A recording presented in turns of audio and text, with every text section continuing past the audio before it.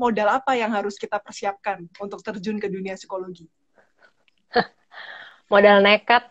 Bukan berarti kalau kerja di rumah tuh misalnya jadi lebih enak, tapi misalnya di rumah ada orang tua atau ada pasangan hidup, ada anak dan sebagainya tuh bisa misalnya anaknya rewel atau pasangannya juga ada stres, jadi berimbas. Jadi kondisi kerja di rumah jadi nggak kondusif. Setiap orang itu bisa tetap bertahan, tapi bagaimana sih cara dia menyesuaikan diri terhadap situasi yang berubah-ubah ini dan menghadapi ketidakpastian itu yang apa ya, yang mungkin bisa dilatih atau dikembangkan ya.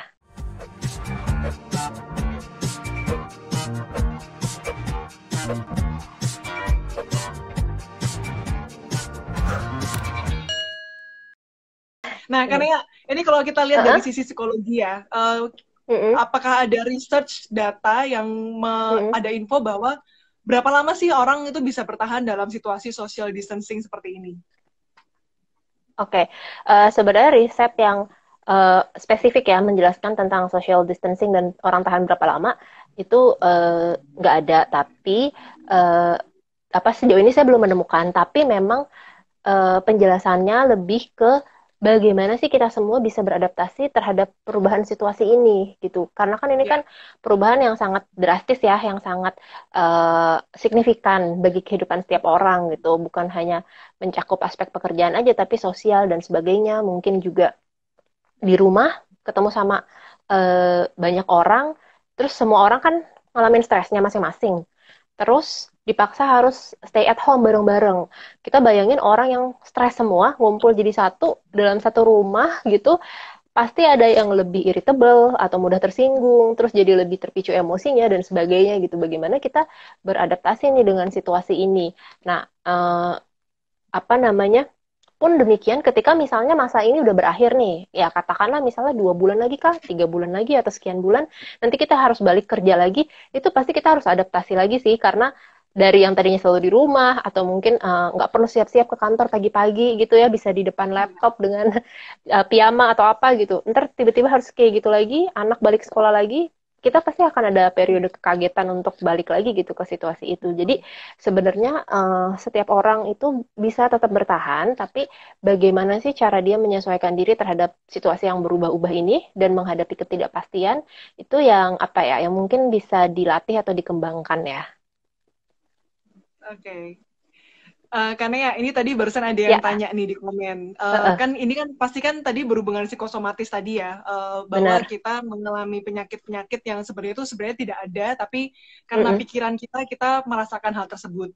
Ini ada mm-mm, dari cari teori, ada tanya baru-baru ini kalau terkena GERD, salah satu trigger GERD itu apakah karena anxiety seperti sekarang ini, kecemasan, dan mm-mm. bagaimana cara menguranginya?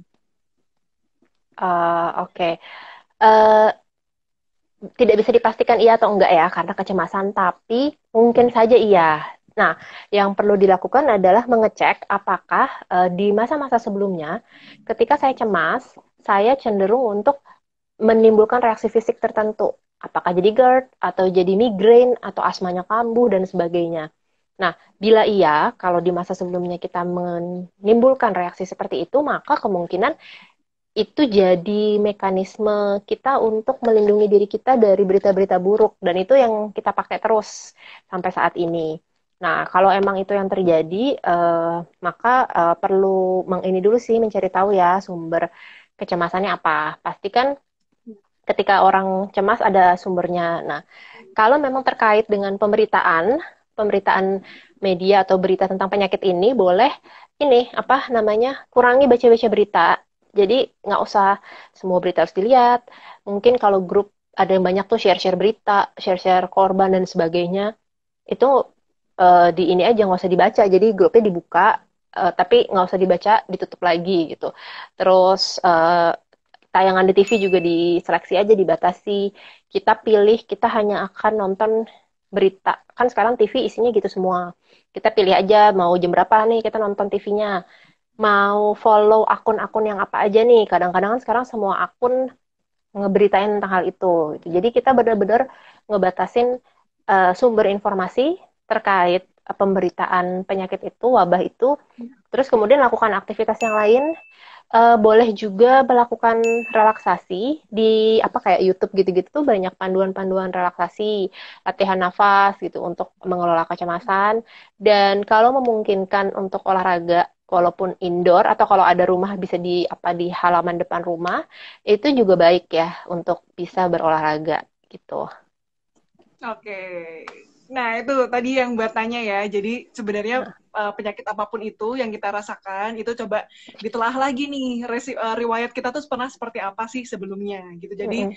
bukan di doktrin pasti ya, gitu ya kan ya. Iya, betul betul. Nah, berhubungan tadi dengan Kania juga ada info mengenai kita harus membatasi bagaimana supaya kita tidak melihat berita-berita tersebut di sosial media. Nah, padahal Mm-mm. kegiatan kita selama social distancing ini itu adalah melihat sosial media itu lebih banyak Iya, lagi gitu. Kita lebih mantengin HP lebih lama lagi. Nah, apakah itu ada dampak betul. secara mental ke kita? Oke, eh, tentu itu sangat apa berdampak ya. Tapi buat setiap orang dampaknya bisa berbeda-beda gitu. Saya paham ada beberapa orang yang memang kerjaannya harus buka sosial media gitu, karena misalnya Iya. dia eh, bertanggung jawab sama sosial media kantornya kah, atau emang yang ngurusin konten sosial media, jadi mau nggak mau harus buka gitu ya. Tapi kalau misalnya kita nggak ada kewajiban atau kebutuhan segitunya untuk buka sosial media, batasin aja atau diet ya, saya nyebutnya diet sosmed gitu. Jadi kurangi waktu bersosial media. Kadang-kadang kan nggak berasa lagi scroll scroll scroll, udah 1 jam habis gitu, atau lagi Betul. bolak-balik kecekin sosmed, udah 2 jam aja gitu. Kapan gue mandinya gitu. Nah, mengatur jadwal harian itu bisa ngebantu kita untuk tetap maintain supaya porsi untuk buka sosmednya itu dikurangi. Selain karena pemberitaan-pemberitaan di sosmed yang sekarang lagi banyak tentang virus dan sebagainya gitu, dan bisa sangat mengganggu kita. Kalau kita sangat terganggu, boleh di ini sih, misalnya saya ngerasa misalnya beberapa temen nih, kok kayaknya kalau nyebarin berita sering banget tentang korban lah, tentang yang Hmm. negatif-negatif, itu boleh di ini sih, di mute orangnya. Jadi kalau emang kita tahu ada Oke. orang-orang tertentu yang sukanya nyebarin berita kayak gitu ya, di mute aja gitu daripada jadi toksik ya gitu. Terus miliki aktivitas lain atau jadwal rutin ya, walaupun misalnya ada beberapa yang oh sekarang kerjanya lagi sepi nih gitu. Ya udah deh sosmedan aja terus gitu. Nah itu sebenarnya Oke.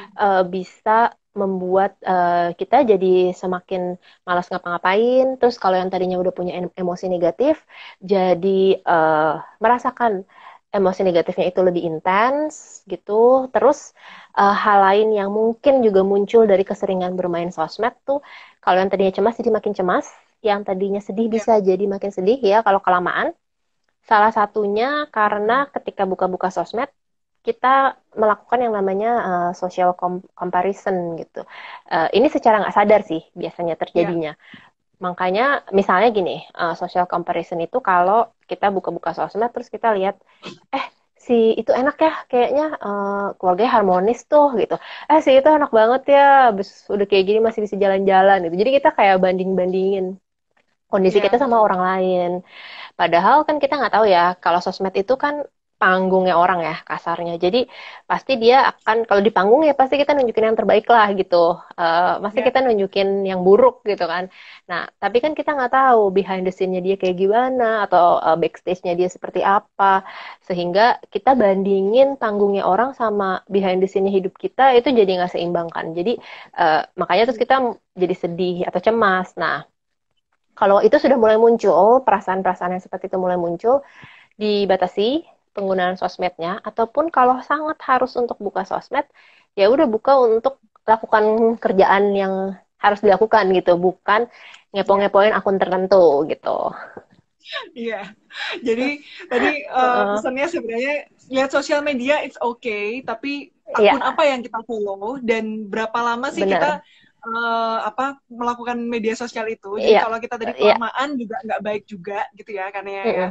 Mm-mm. Sama Iya, kita jangan melihat bahwa panggung orang lain itu dibanding-bandingkan dengan diri kita gitu ya. Karena kita iya. nggak tahu nih Heeh. sebenarnya tuh orang itu sebenarnya gimana sih gitu. Mm-mm. Benar. Nah, sama ini kan ya. Jadi kemarin Geng Kreatif Iya. juga banyak yang tanya kan waktu kita Heeh. lempar pertanyaan.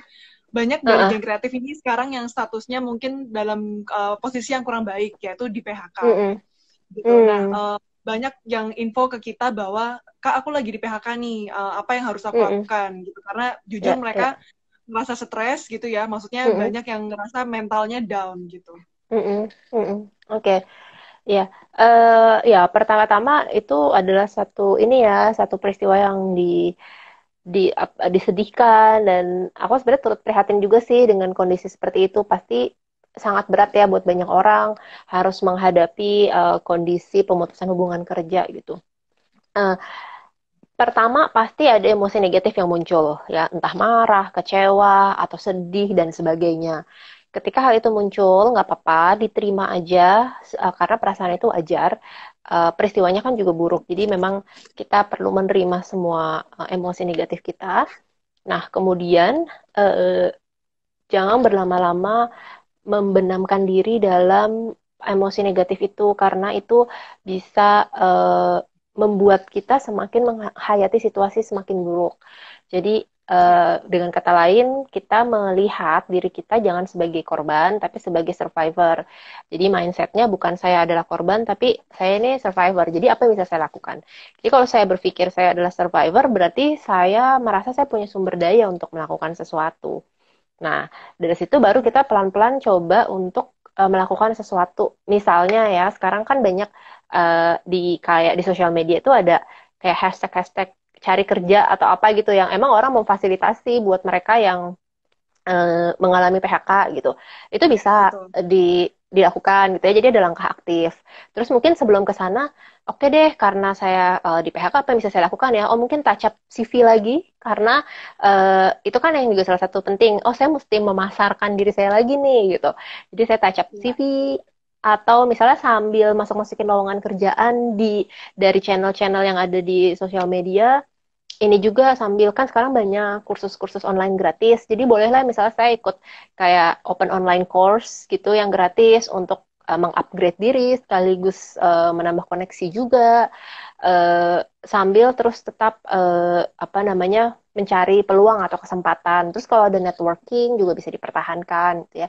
Jadi intinya kita melakukan suatu aktivitas yang konstruktif, dan berhati-hati juga gitu. Karena gini, ini kan situasi susah. Kadang-kadang tuh ada yang pihak-pihak yang memanfaatkan kan, kayak misalnya menipu untuk menjanjikan ya, pekerjaan gitu. Karena tahu. Jadi memang betul. perlu berhati-hati juga terhadap tawaran-tawaran, dan selalu ingat bahwa tidak ada hasil besar yang mudah dengan datang begitu saja gitu. Jadi kalau ada yang mengiming-imingi pekerjaan atau wah nanti ini nih uangnya berlipat ganda gitu, atau Ya, ditaruh segini nanti pasti untung gitu ya, itu udah pasti kita harus curiga itu penipuan sih. Jadi kalau ada ya, yang too good to be true gitu, itu mesti sangat waspada, karena banyak juga orang-orang yang tidak berempati ya dan memanfaatkan situasi. Kemudian yang paling penting, harian harus ada rutinitas gitu.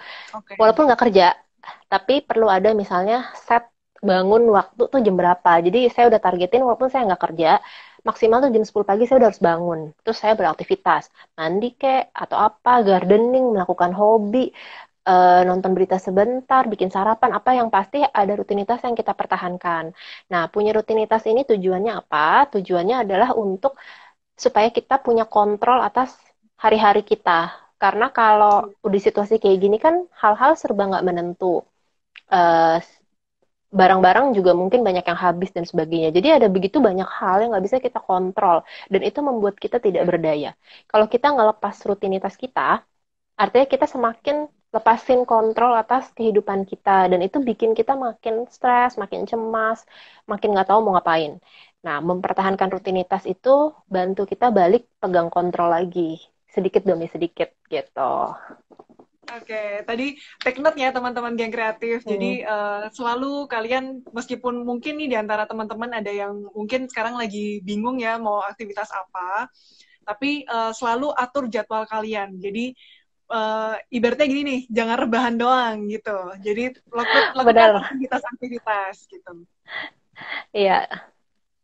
Nah, terus ini Kak Nea, bagaimana dengan Heeh. misalnya nih dalam situasi seperti ini, tadi Kania sudah sampaikan bahwa itu ada kiat-kiat seperti itu. Nah, misalnya nih saya sadar bahwa, oh kayaknya saya ada kecemasan deh, kayaknya saya ada, tadi di beberapa di komen juga bilang kayaknya panic attack, ada something yang kayaknya harus diomongin deh ini ke seorang psikolog gitu. Nah sekarang tuh gimana sih caranya kita supaya, bagaimana cara kita orang awam yang belum pernah konsultasi di psikolog untuk melakukan hal itu?